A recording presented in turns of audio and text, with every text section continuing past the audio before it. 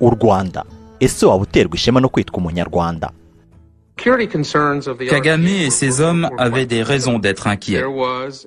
Kagame n'abantu be bari bafite impamvu yo kugira ikikango. Abanzi babo baraho ku mupaka bahoraga bakangisha ko leta yari iriho, kandi byaragaragaraga ko icyo bashakaga ari ukurangiza ibyo batangiye, ari byo kurangiza jenoside, bica buri mututsi wese wahuye nawe. C'est-à-dire achever le génocide et massacrer chaque Tutsi qu'ils croiseraient. Amateka avuga ko izina Rwanda ryaba rituruka ku nshinga ya kera Rwanda bivuga gukwira hirya no hino. Izina Rwanda riranga ahantu urisanga mu ntara ya Busoga iri mu burasirazuba bwa Uganda, kimwe no muri Ankole. Iri zina rijya gushinga imizi ngo byose byatangiriye ku butwari bw'Abanyarwanda hari ku ngoma ya Ruganzu wa mbere Bwimba ahasaga mu 1312 kugeza mu 1345 ubwo yari atangiye kugaba ibitero byo kwigarurira ibindi bihugu ahereye ku gihugu cy'Igisaka. Uyu yaje kugaba ibitero mu Bwanacyambwe, niko kwica umwami waho witwaga Nkuba ya Nyabakonjo, niko kuhita Kigali byo kubereka ko abarushije ingufu, agahita akuraho izina ryabo. Kigali nabyo bivuga igihugu cyagutse kikanda impande zose kikaba Kigali. Kuva icyo gihe niho havuye inyito yo kuhita Rwanda rugari rwa Gasabo, byose biva ku butwari bw'Abanyarwanda bw'u Rwanda. Ni intambara icyo yari igamije kuza gusenya u Rwanda rwose, kuko Kabira yaratubwiye ngo tujya gutandukana nawe, aho ngaho nari chef d'etat major w'ingabo ze, yaratubwiye ati u Rwanda ni agahugu gatoya cyane, gato cyane, ati ngiye kugatera nkasize kose nkakoremo aeroport imwe nini cyane ku isi iruta isi zose, tutoke nta kibazo dutera. Ntabwo ibyo byagarukiye aho. Hagati y'umwaka w'1675 n'1708 u Rwanda rwisanze rugotewe hagati nk'ururimi cyangwa se wenda nk'Abanyayisiraheli ubwo abarabu babaviragaho indimwe. Aha u Burundi, u Bugesera, Igisaka n'Indorwa byose byibumbiye hamwe ngo byagirize u Rwanda. Urwo ngo rwari urugamba rukomeye cyane kuko ibyo bihugu byose byari bizengurutse u Rwanda bikaruta hagati. Icyo gihe u Rwanda rwayoborwaga n'umwami Cyilima Rujugira, niko gufata ingabo z'u Rwanda abasha kwanamiza urwo rugamba maze ahigika u Burundi, atsinda Igisaka n'Ubugesera n'Indorwa. Kubera icyo gikorwa cy'ikirenga cyo kurwanya ibihugu bine bikomeye akabitsinda, yaje kuvuga yihanukiriye ati u Rwanda ruratera ntiruterwa, u Rwanda ruratera ntabwo ruterwa.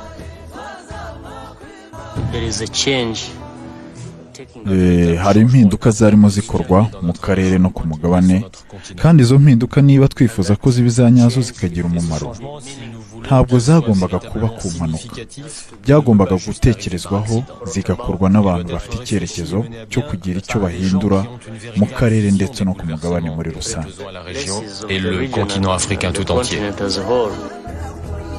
Umunyarwanda n'ubundi yabivuze ukuri, mwene Samusura avukana isunzu.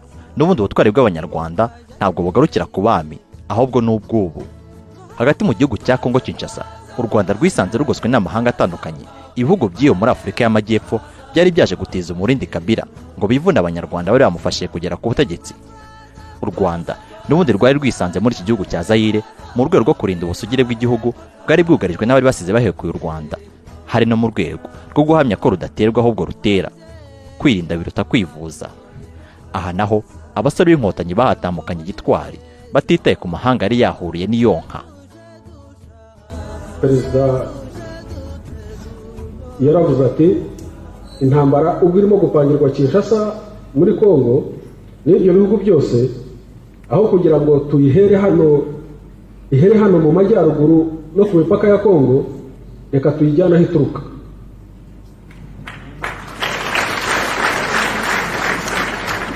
Aduha uburenganzira twambuka kuri Goma, tuhasanga indege ya Air Zaire ya Kongo yari yitwariye abantu bisanzwe, ingabo zirayifata, abapilote tubashyira ku mbunda gun point, tubabwira ko bajya Kitona. Kitona ni yari base nini cyane, ni base nini Kitona Kamina,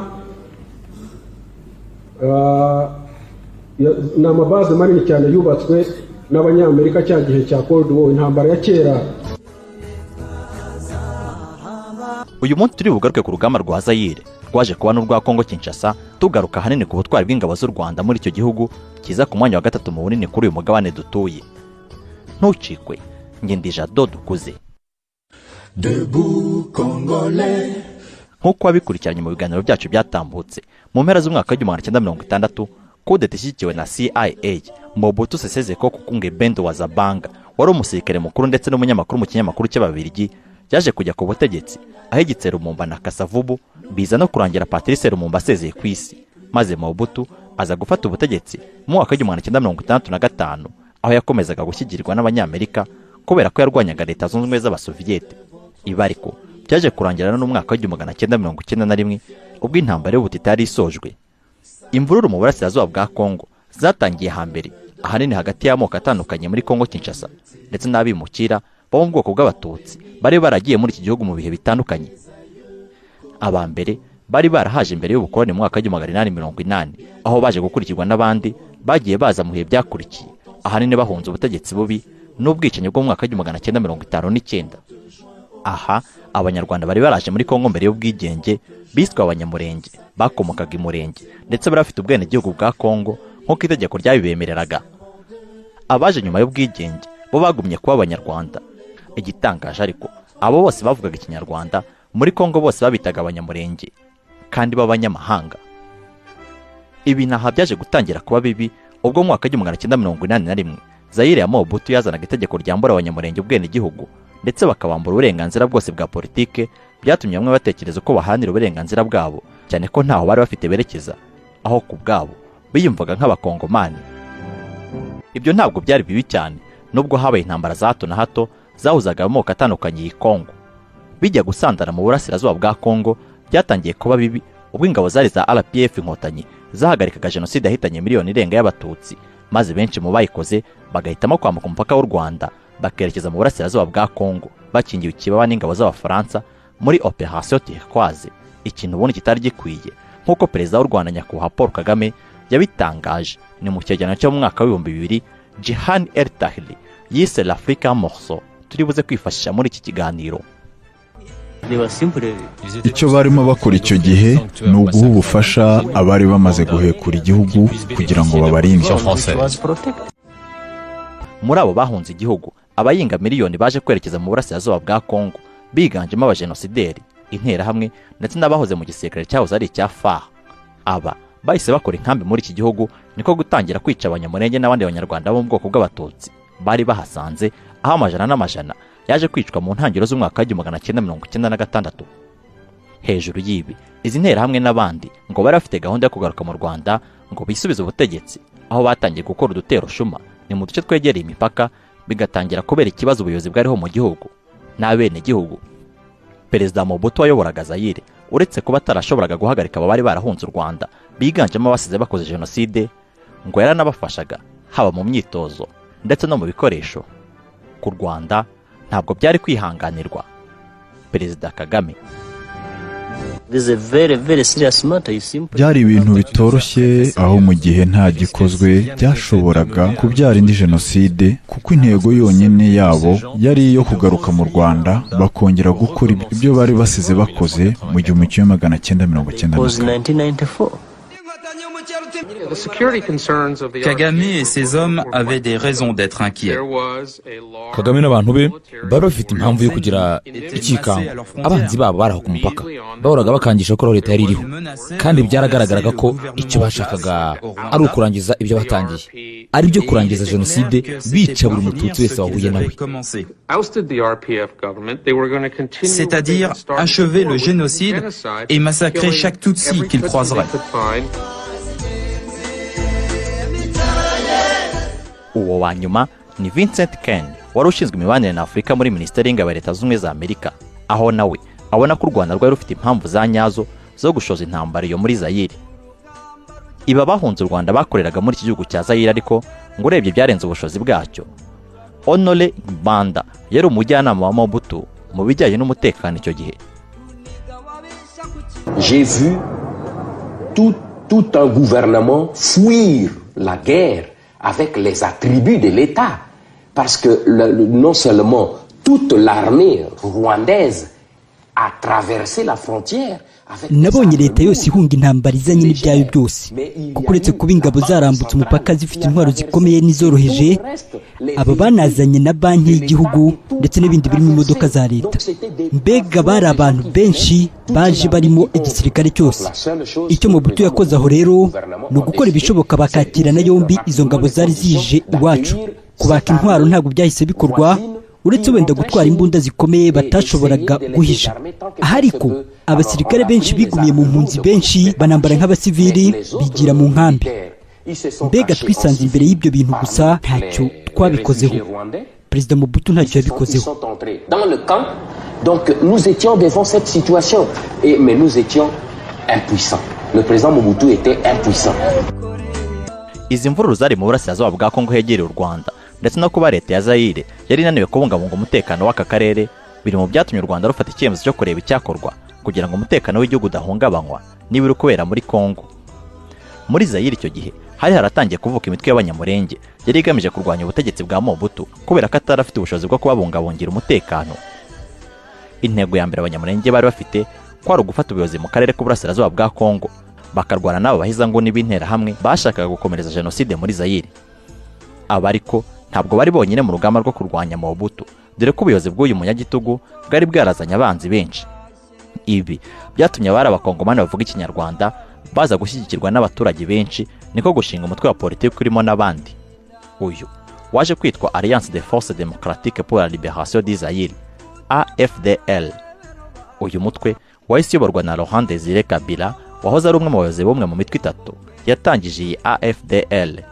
By'umwihariko akaba yari amaze igihe ahanganye na Mobutu. Laurent Désiré Kabila ngo yaje kumenyana na leta y'u Rwanda biciye muri Yoweri Kaguta Museveni wayoboraga Uganda. Je pensais qu'il avait un potentiel, car il s'opposait à Mobutu depuis très longtemps. Numvaga yifitemo ubushobozi kuko yaramaze igihe ahanganye na Mobutu. Ikindi yari Katanga mu burasirazuba bwa Zaire. Bityo yavugaga igiswahili kandi natwe turacyumva. Yakivugaga neza nawe. Icyo twari tuzi nuko atari yarashoboye kwisuganya neza ngo abe yahangana na Mobutu mu ntambara. Namwemereye kumuhuza na Kagame. Uti kuki? Kubera ko u Rwanda rwari rufitanye ibibazo na Mobutu kuri ubu. Bityo nabwiye Innocent Bisangwa kumuzana mu Rwanda ngo abonane na Kagame. J'ai donc demandé à Innocent Bisangwa de l'amener au Rwanda pour le présenter à Kagame.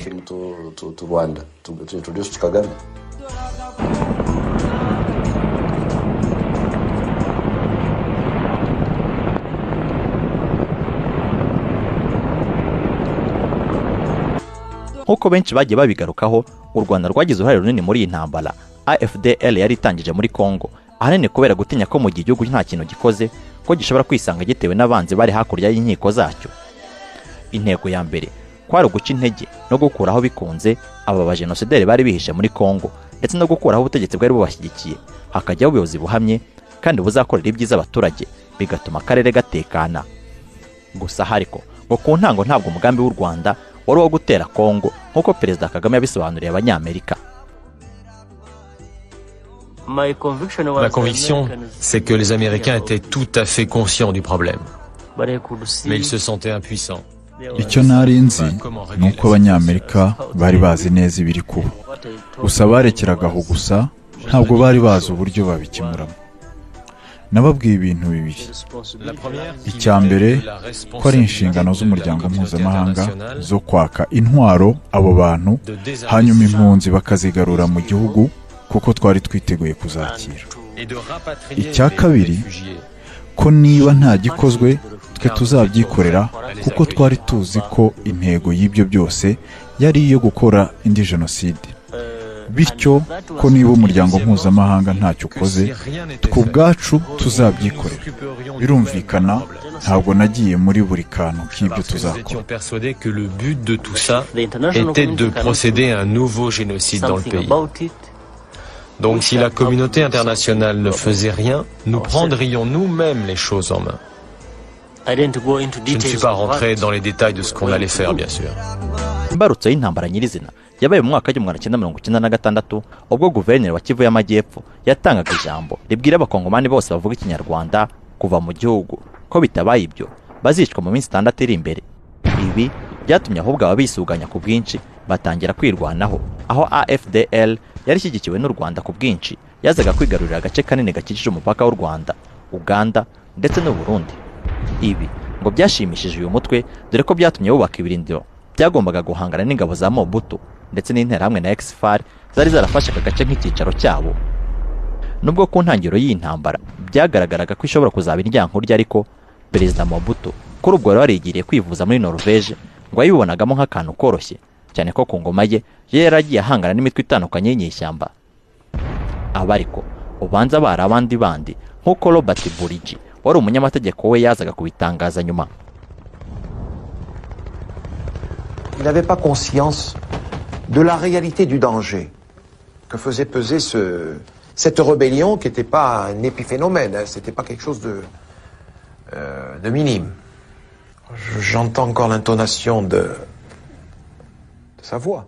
Ntabwo yabibonagamo ikibazo gikomeye, kandi mu by'ukuri izo nyeshyamba zitari ikintu cyoroshye. Njye nashakaga kubimenya, ariko we yarambwiye ati Kabila ndamuzi, nta kintu ari cyo, ni umuntu uri aho w'umutekamutwe mu duce twa Goma. Marshal rwose ntabwo yiyumvishaga ko byaba ikibazo. Njye sinari nzi Kabila, nari ntaramwumva, gusa yari ayoboye ingabo. Ntabwo zari inyeshyamba, zari ingabo ziteguwe, zifite ikinyabupfura, kandi ashyigikiwe na Uganda, u Rwanda ndetse nkeka ko harimo n'Abanyamerika. C'est pas une bande de rebelles. Il est à la tête de bandes, enfin de bataillons organisés, disciplinés, déterminés. Et derrière lui, il y a l'Ouganda, il y a le Rwanda et il y a, je crois, les Américains.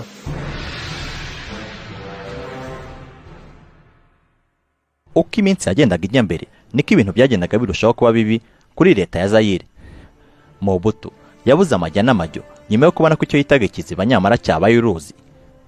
Uyu yahise agana Champs-Élysées kwaka ubufasha igihugu cy'Ubufaransa cyari cyaragiye kimushyigikira muri iyo minsi.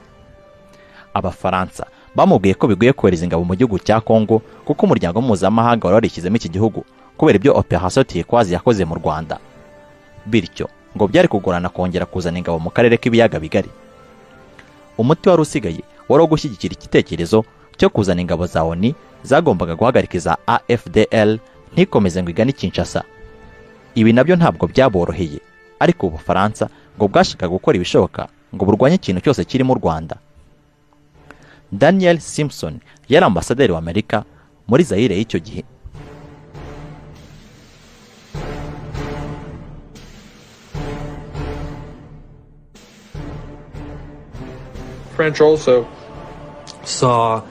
Les Français voyaient en Kagame une sorte de... Abafaransa babonaga Kagame mo ikiremwa cy'umunyamerika, ikiremwa kivuga icyongereza, wafashe ubutegetsi mu gihe ku bwabo cyari icyabo.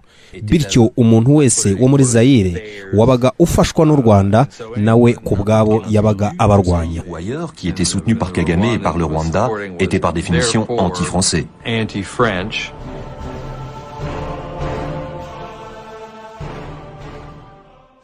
Abafaransa ntacyo bakoze, nta nicyo bagezeho. AFDL yari yiganjemo ingabo z'u Rwanda yaje kwigira imbere mu rugamba rwa Walikari.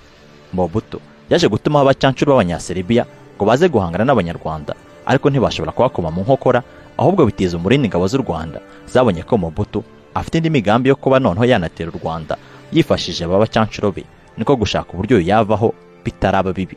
Intumbero iba Kinshasa. Ingabo za AFDL ntabwo zahuye n'imirwano ikomeye mu nzira y'igi Kinshasa, kuko abasirikare ba Mobutu batangiraga gukwira imishwaro iyo bumvaga ziri hafi. Mu mwaka wa 1997 bafashe umujyi wa Kisangani, Bowende na Bandaka mu gihe mu majyepfo bigaruriye Bakwanga na Kikwiti. Aba baje gusesekara Kinshasa mu kwezi kwa gatanu hagati, nyuma y'aho irindi tsinda ryari ryarigaruriye Kisangani tariki ya 19 Mata 1997 nyine. Tariki ya 16 Gicurasi muri uwo mwaka wa 1997 nibwo Mobutu Sese Seko yaje kuzinga utwangushya ahunga umurwa mukuru, maze ingabo za AFDL zirawigarurira nkuko byari byaragenze mu ntambara y'ishyamba ya Museveni, aho nabwo Abanyarwanda bari barashoboye gutsinda urundi rugamba rukomeye babikoreye mahanga.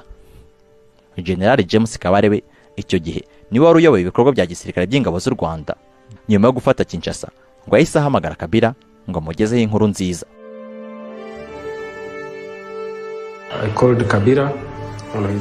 J'ai appelé Kabila sur son téléphone satellite. Il a décroché et je lui ai dit qu'on avait pris Kinshasa. Nahamagaye Kabila kuri telefone ye ndamubwira ngo twafashe Kinshasa. Arambwira turakomeje. Ntiyego. Ibyishimo biramurenga ati ntibishoboka. Yari yishimye cyane. Ndamubwira nti rwose buri kimwe kiri ku murongo ngwino. Akomeza kumbwira ati ariko se nibyo. Nahise numva ko yari mu nzu y'Irubumbashi aho yahise asimbukira kuri Koloneli Murokore, ndetse Murokore arataka kubera ko yamukubise hasi. Nawe tekereza Kabila aguye kuri Koloneli Murokore n'ibiro yari afite, byatumaga Murokore akomeza gutaka mu gihe Kabila we yavugiraga hejuru ati ninjye perezida wa Kongo, ndi buri kimwe ubu cyose muri Kongo. Kabila hurlait, je suis le chef, j'ai le pouvoir, je suis le président du Congo, je suis tout. Laurent Désiré Kabila yagiye ku butegetsi abifashijwemo ahanini n'Abanyarwanda, ariko ubuyobozi bwe ntabwo bwatandukanye n'ubwa Mobutu, aho bwaranzwe n'igitugu hamwe na ruswa, byatumye hongera kuvuka indi mitwe irwanya ubutegetsi mu burasirazuba bw'iki gihugu cya Kongo. Kabila kandi aho gushimira abamufashije kugera ku ngoma, yatangiye kubigaruka, aho yafashe icyemezo cyo kwirukana ingabo zose z'amahanga zari muri iki gihugu tariki 26 Nyakanga 1998. Ibi byatumye bamwe bibona nko kubihenuraho, kuko nk'u Rwanda ikibazo cy'abahungabanyaga umutekano w'igihugu cyari kitarakemuka, bityo ubanza Kabila atari we muyobozi wari ukwiriye Zaire cyangwa Kongo Kinshasa, Abanyarwanda bari barameneye amaraso.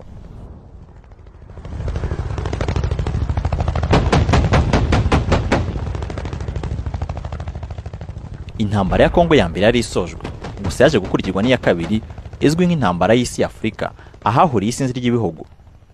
Bigiye gutangira nk'uko twabigarutseho hejuru, tariki ya 14 Nyakanga 1998, Kabila yaje gukuraho wari umugaba mukuru w'ingabo ze James Kabarebe amusimbuza Celestin Kifwa. Kabila mu koroshya ibi yaje gufata Fande Kabarebe amuhindura umujyanama we yari asimbuye, nubwo bitarambye. Ibyo u Rwanda ntabwo rwabibonyemo ikibazo kinini, ahubwo byakurikiwe no kundi kwiyenza, harimo kwica bamwe mu barindaga Fande Kabarebe ndetse no kwirukana icyitwa umunyarwanda wese Kongo, ngo burya abo umwami yahaye amata nibo bamwimye amatwi. Kabila yatangiye kugirana ibibazo n'umuntu wese ufite aho ahuriye n'u Rwanda, ahereye ku bakongomani bavuga ikinyarwanda babaga muri Kongo, niko gushyigikira interahamwe zariyo mu kwivugana abaturage bo muri ubu bwoko, ndetse abiba urwango mu bakongomani ko umwanzi wa Kongo ari umunyarwanda w'umututsi. Nk'uko bigaragara mu nkuru ya BBC Hate Message on East Congolese Radio yo mu kwa 8 1998, tariki ya 12 Kanama 1998, umwe mu basirikare ba Kongo ufite ipeti rya majoro yaje kuvugira kuri radio ya Bunia mu burasirazuba bwa Kongo amagambo agira ati: "Nshuti muduteze amatwi, buri muturage agomba kuzana umuhoro, icumu, umwambi, imisumari, inyundo, amabuye n'ibindi mu rwego rwo kwica abatutsi b'Abanyarwanda."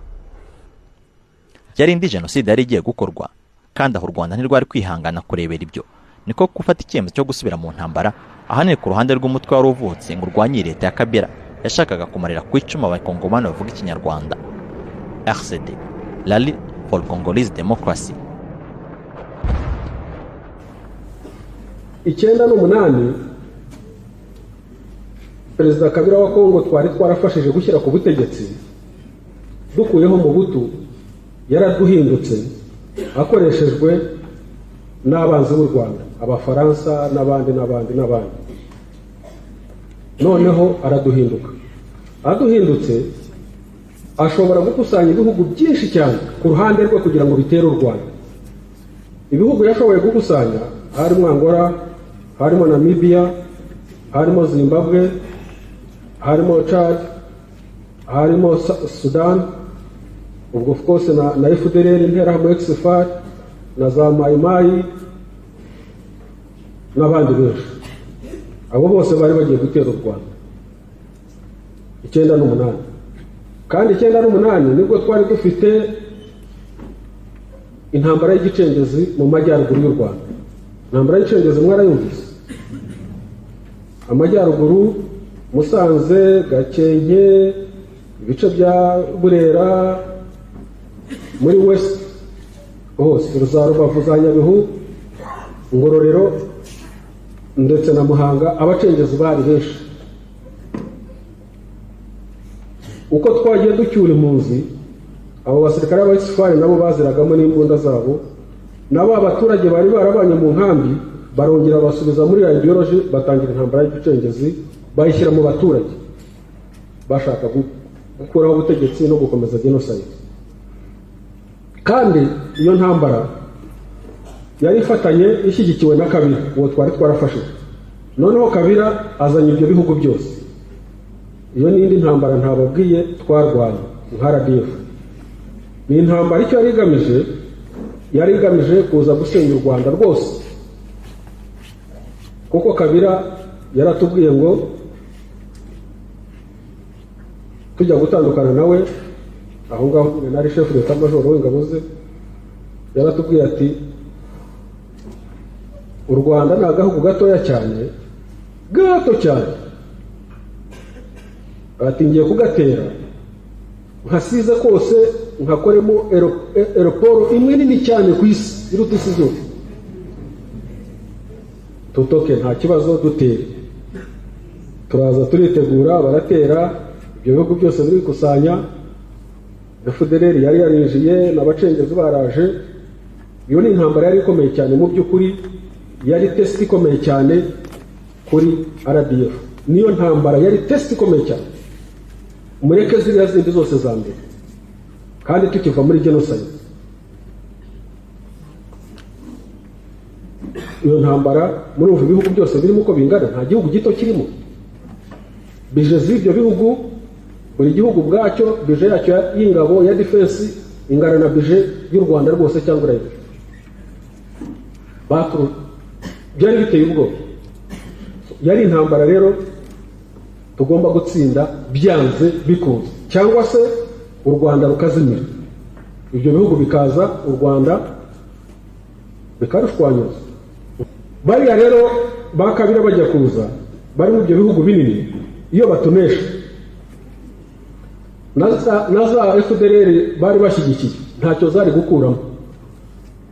Wenda Kabila yari kuhishyirira aeroport, akasiza imisozi yose ikaba aeroport, cyangwa se akakomeka kuri Kongo. Yatunesheje se, yanesheje u Rwanda, wajya kumuburanya? So twagomba kurwana iyo ntambara tukayitsinda byanze bikunze. Nuko intambara ya Kitona yaje, nuko intambara ya Kitona perezida yaravuze ati intambara ubwo irimo gupangirwa Kinshasa muri Kongo n'ibyo bihugu byose, aho kugira ngo tuyihere hano mu majyaruguru no ku mipaka ya Kongo, reka tuyijyana aho ituruka.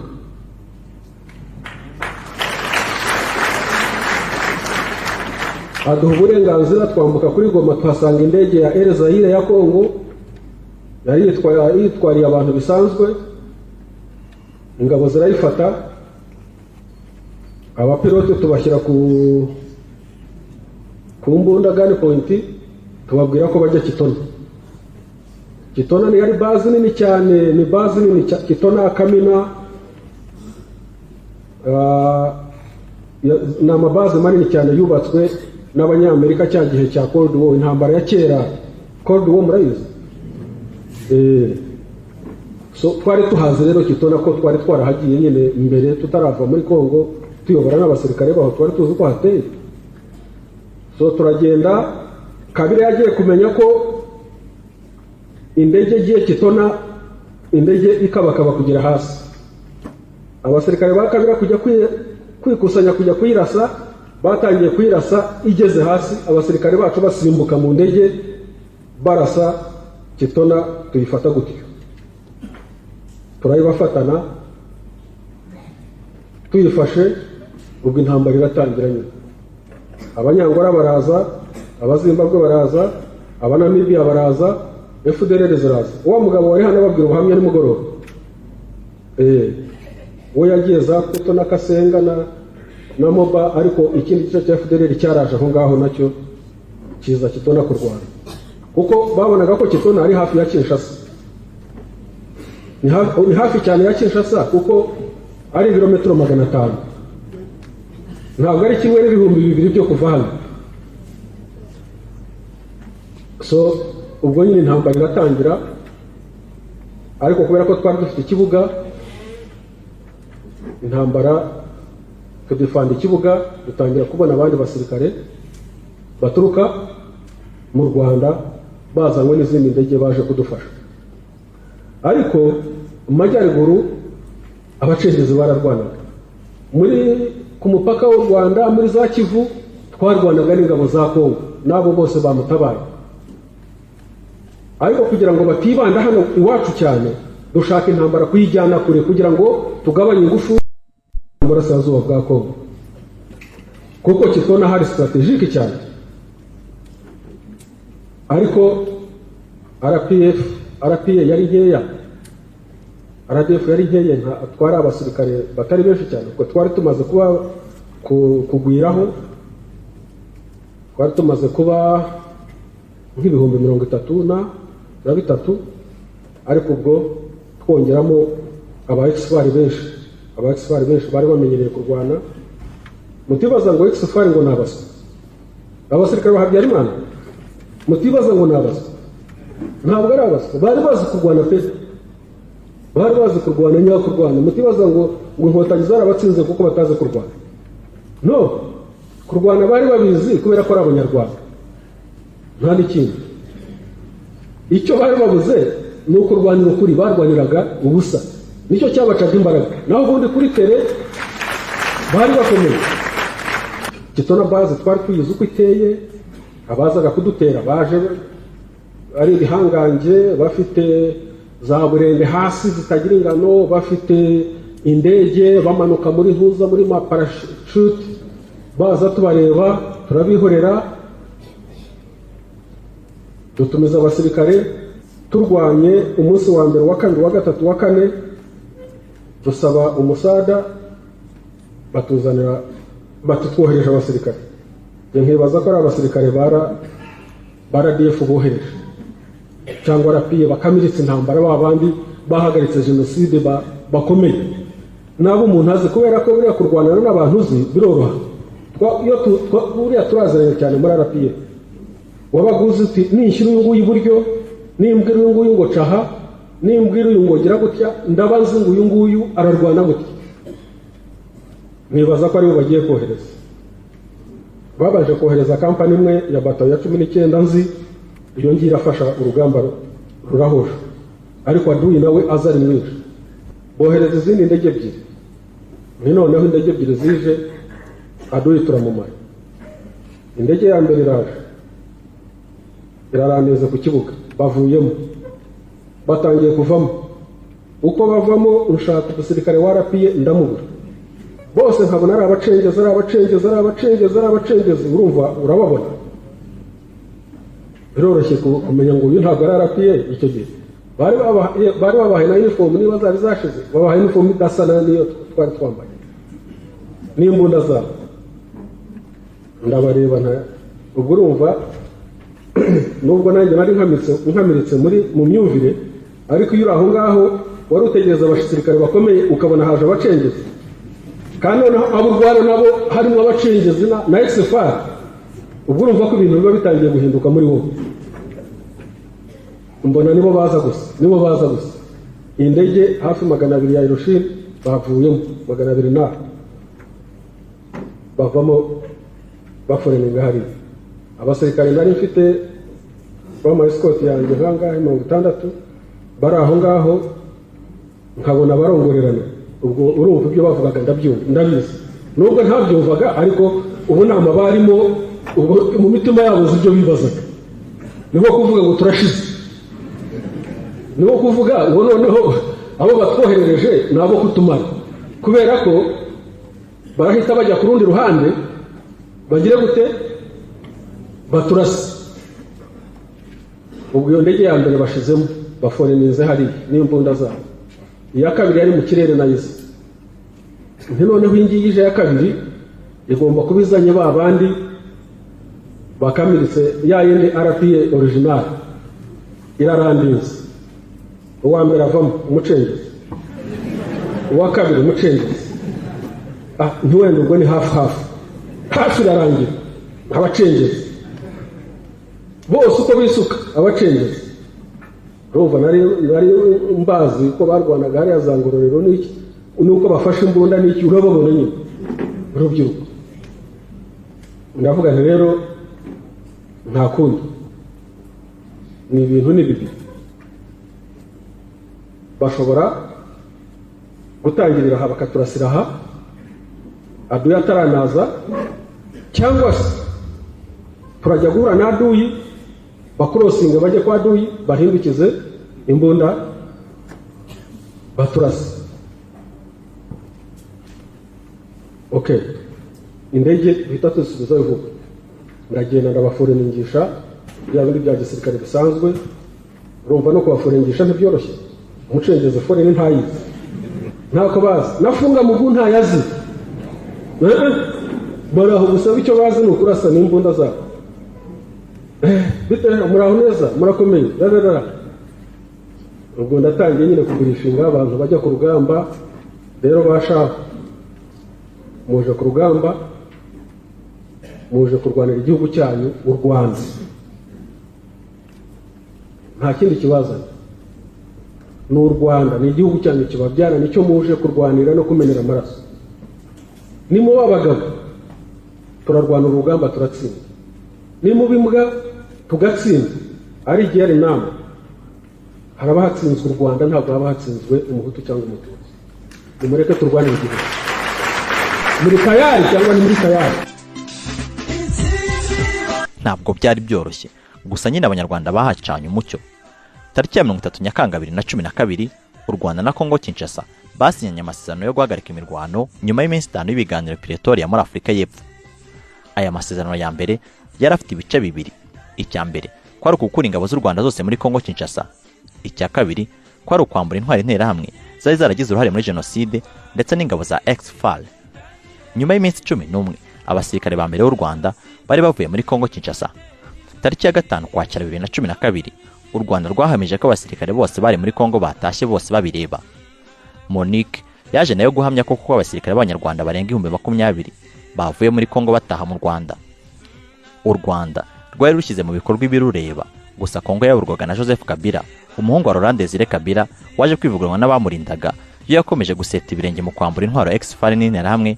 Gusa byibura Abanyarwanda bishimiye ko bacanye umucyo muri Zaire na Kongo Kinshasa bikarangira umugambi Kabila yari afite wo gusenya u Rwanda utagerwaho nubwo yari yifashishije isinzi ry'amahanga. U Rwanda ruratera ntiruterwa. Reka natwe dushyira akadomo ku kiganiro cy'uyu munsi aho twagarukaga ku butwari bw'ingabo z'u Rwanda iyo hakurya Kongo. Niba waracikanywe n'ibiganiro byatambutse uzategereze ibiri imbere.